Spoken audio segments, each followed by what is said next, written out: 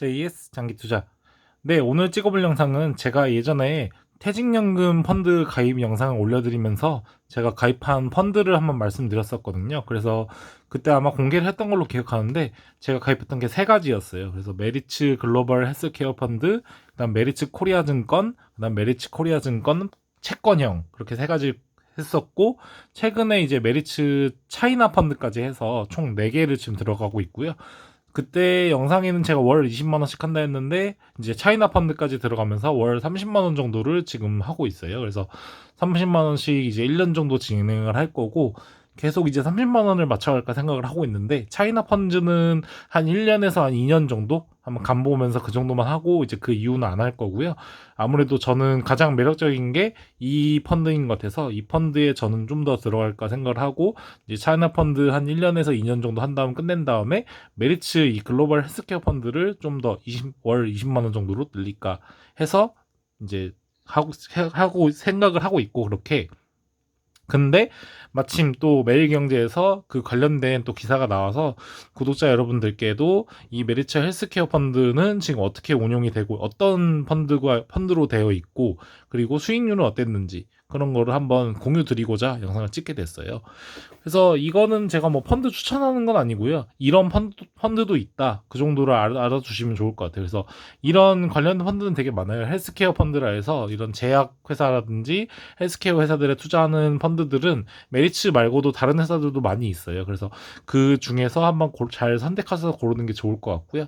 개인적으로는 제가 계속 언급을 해드리고 있지만, 이제 여기도 나온 것처럼 전 세계적인 고령화 현상, 그리고 신흥국들의 헬스케어 지출 증가세 등을 고려하면은 헬스케어 업종에 투자를 안 할래야 안 할 수 있지 않을까, 안 할 수가 없지 않을까, 저는 그렇게 생각을 하거든요.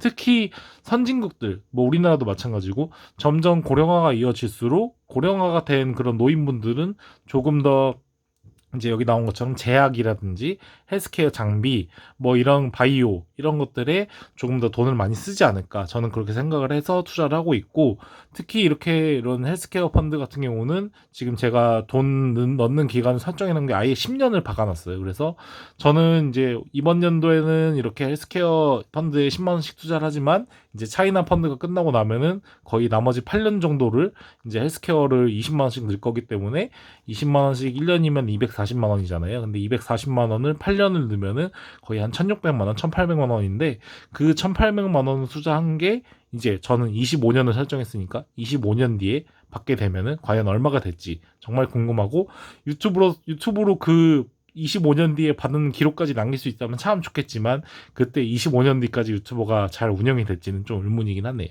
그래서 어쨌든 이제 메리츠 헬스케어 펀드에 대해서 이제 매일경제에서 나왔고, 나온 이유는 이제 수익률이 좋아서 나온 거예요. 그래서 1년 수익률이 23%가 나왔기 때문에 이 매일경제에서도 좀 약간 특이하다, 성과가 좋았다는 측면에서 이렇게 알려드리는 것 같아요. 그래서 보시면 아시겠지만 이제 메리츠 헬스케어 펀드가 1년 내 23% 수익을 달성했다, 이렇게 말하고 있고요.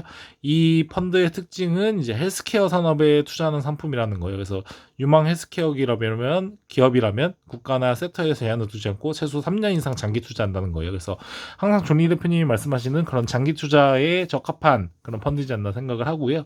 여기 나와 있는 것처럼 섹터도 뭐 제약이라든지 헬스케어 장비, 그리고 바이오테크, 헬스케어 서비스 이런 식이 하고, 또 국가별로는 미국이 가장 높고 그다음 중국, 일본 이렇게 하고 있다고 해요.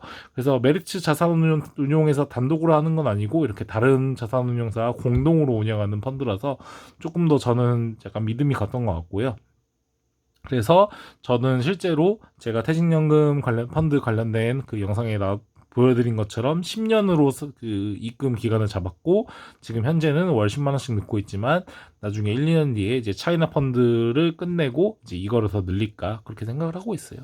그래서 포인트는 그거예요. 여기 나온 것처럼 헬스케어 산업은 이제 고령화 현상이라든지 또 신흥국들의 헬스케어 지출 증가세를 생각하면은 이거는 정말 투자를 안 하는 게 바보이지 않을까, 저는 그렇게 생각을 해서 투자를 하고 있고요.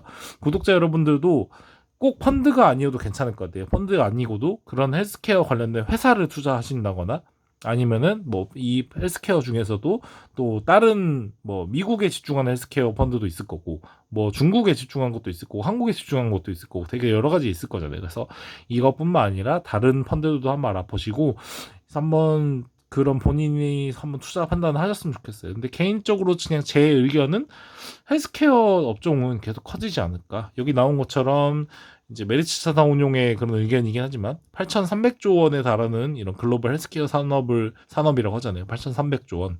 근데 이 8,300조 원이 우리나라 같이 이렇게 고령화 사회가 돼서 노인분들이 점점 많아지게 된다면 이게 8,300조보다 훨씬 더 큰 규모가 되지 않을까. 시간이 가면은 그렇게 생각을 해요. 그래서 저는 물론 이거에 투자를 했지만 구독자 여러분들은 한번 다른 데도 알아보시고 아마 이거보다 더 좋은 것도 있을 수 있을 거예요. 그래서 그렇게 알아보시고 가입을 하시는 게 괜찮지 않을까 저는 그렇게 생각을 하고 있네요. 그래서 제가 항상 주식 투자 관련된 영상을 올려드릴 때 계속 말씀드리는 것 같아요. 이제 고령화 사회를 준비한다고 말씀드리고 있잖아요. 저 또한 이제 그 고령화 사회가 무섭기 때문에 이렇게 투자를 더 열심히 하는 것 같아요. 나중에 가면 갈수록 이제 출산율은 줄어들어서 저희를 부양할 사람들은 줄어들고, 근데 저희 세대와 그리고 저희 부모님 세대들, 특히 그 베이비붐 세대들은 정말 많기 때문에 점점 더 가면 갈수록 수명은 늘어나고 그 사람들이 점점 더 오래 살게 될수록 이제 국민연금이라든지 그런 그 나라의 복지제도 그런 비용이 많이 들기 때문에 아마 그 비용들을 지금에 비해서도 많이 줄이지 않을까 전 생각을 해요. 그거를 대비하기 위해서 이제 이미 그 데이터는 그렇게 나와 있잖아요. 출산율은 엄청나게 줄어들었고 이제 베이비붐 세대랑 저희 뭐 80년대, 90년대생들은 많이 태어났기 때문에 그 사람들이 이제 60대, 70대가 됐을 때는 정말로 엄청나게 위기가 오지 않을까 저는 그렇게 생각을 하고 고령화 사회를 대비해서 투자를 하고 있다라고 말씀드리고 싶네요.